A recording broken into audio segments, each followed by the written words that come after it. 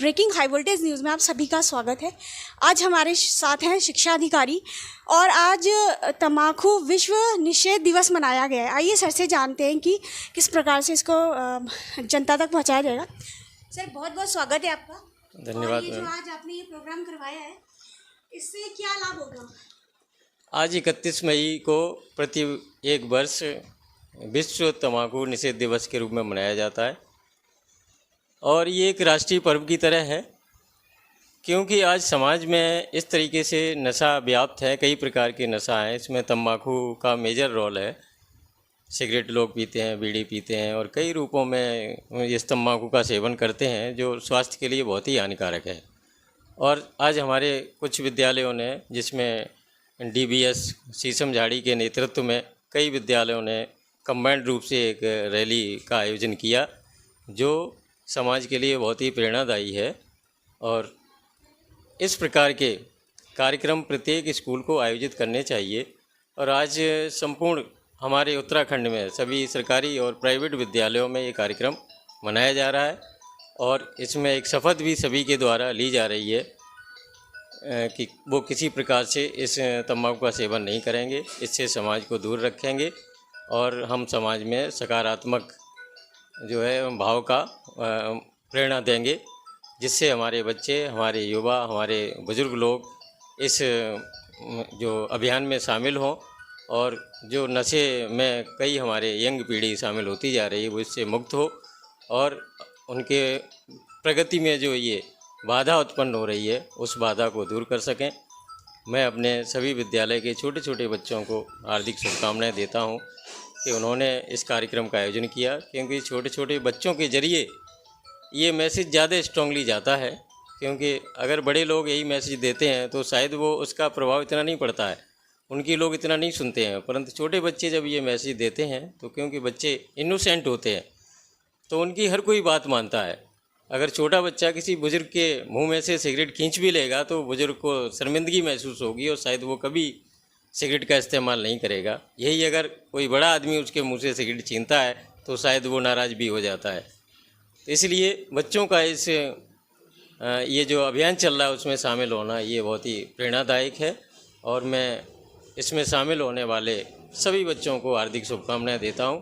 और जो इस विद्यालयों ने जो नेतृत्व किया है उसमें शीशम झाड़ी में जो DBS शीशम झाड़ी मेन है और उसके साथ लिटिल स्टार पब्लिक स्कूल एवं अन्य कई विद्यालय इसमें शामिल हुए जो बधाई के पात्र हैं।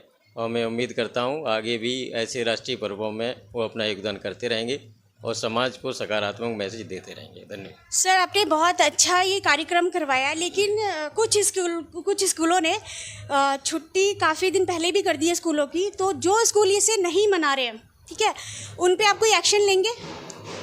देखिए, समय से पूर्व स्कूलों को बंद करना आपस में ही वास्तव में ही एक चिंताजनक बात है। और 31 मई तक स्कूलों को खुलने के लिए गवर्नमेंट से निर्देश थे। उसमें ख़ास तौर पे 31 मई को ये विश्व तम्बाकू निषेध दिवस है, इसको मनाने की वजह से 31 तारीख तक स्कूल खोले गए थे और सभी विद्यालयों में शपथ ग्रहण की जानी थी और इस कार्यक्रम का आयोजन किया जाना था। परंतु कुछ विद्यालयों द्वारा समय से पूर्व स्कूल बंद कर दिए गए, जो एक बहुत ही अफसोसजनक है और ऐसे विद्यालयों के प्रति निश्चित ही कार्रवाई की जाएगी। ऐसे विद्यालयों को चिन्हित किया जाएगा और जिन विद्यालयों ने इस कार्यक्रम को नहीं मनाया या स्कूलों को समय से पूर्व बंद किया उनको चिन्हित करके उनके खिलाफ आवश्यक रूप से कार्रवाई की जाएगी। सर बहुत अच्छा कार्यक्रम है और स्कूलों के माध्यम से आप लोग ये काम कराते हैं, तो ऐसा हो सकता है क्या आप सीधा जहाँ से ये तम्बाकू बनती है, जो तम्बाकू फैक्ट्री है, अगर सीधा वहीं से बात करके इसे बंद करवाने की कोशिश करें तो मेरे ख्याल से बहुत अच्छी चीज़ होगी। आप इसमें कुछ कहेंगे? देखिए, हम लोग एजुकेशन में एजुकेशनिस्ट हैं। शिक्षा विभाग का काम एक मैसेज देना है, एक प्रेरणा देना है और लोगों को सलाह देना है कि इस प्रकार के नशा में शामिल न हो। अब फैक्ट्रियों को बंद करवाना हमारे कार्य क्षेत्र में नहीं है, परंतु फिर भी सरकार से मैं यही निवेदन सर सॉरी आपकी बात काट रही हूँ। आप लोगों का जैसे ये बच्चों के द्वारा लोगों तक मैसेज पहुँचाना, तो क्या ये ऐसा नहीं हो सकता कि डायरेक्ट सर इन बच्चों की बात को सुने कि इन्हें हर महीने 3 महीने में ऐसे कुछ ना कुछ प्रोग्राम करने पड़ते हैं स्कूलों के द्वारा कि हमारे समाज में कुछ सुधार हो? तो आप बच्चों के ही माध्यम से सरकार को कुछ कहना चाहेंगे कि जहाँ ये फैक्ट्री बनती है कम से कम वहीं से शुरुआत की जाए कि उसे बंद किया जाए? मैं अपने शिक्षा विभाग और उनके बच्चों और हमारे जो शिक्षक साथी हैं और अन्य कर्मचारी उनके माध्यम से शिक्षा विभाग की तरफ से यही एक मैसेज देना चाहता हूँ कि सरकार को, भारत सरकार को और उत्तराखंड सरकार को भी इस प्रकार के जो नशा युक्त संस्थान है जहाँ पर नशे की सामग्री बनाई जाती है उन संस्थानों पर रोक लगाई जानी चाहिए। हालांकि इससे रेवेन्यू का हानि होती है, परंतु रेवेन्यू से ज़्यादा बच्चों का और हमारी यंग पीढ़ी का स्वास्थ्य ज़्यादा आवश्यक है, जिसके ज़रिए बच्चे अपनी प्रगति में आगे बढ़ सकते हैं। तो मैं गवर्नमेंट से यही निवेदन कर सकता हूँ कि इस प्रकार के जो फैक्ट्रियाँ हैं उनको बढ़ावा न दिया जाए।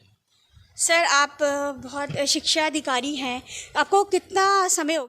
मुझे एज ए ऑफिसर लगभग 20 साल हो गए हैं इस विभाग में कार्य करते हुए। मैं 1997 का PCS हूँ और 99 से मैं इस एजुकेशन में एडमिनिस्ट्रेशन के रूप में कार्य कर रहा हूँ। तो लगभग 22 साल मुझे यहाँ हो चुके हैं और अच्छा अनुभव है। उत्तराखंड में वैसे ये नशे का कारोबार कम होता है, फिर भी जो भी होता है उस पर रोक लगनी चाहिए। बहुत बहुत धन्यवाद सर, आप लोगों के माध्यम से, स्कूल के माध्यम से अगर हमारे समाज में ये नशा मुक्ति, जैसे आप देख ही रहे हैं आजकल छोटे छोटे बच्चे इन चीज़ों में बहुत ज़्यादा लुप्त हो रहे हैं, तो ये बंद हो तो बहुत अच्छा है। धन्यवाद।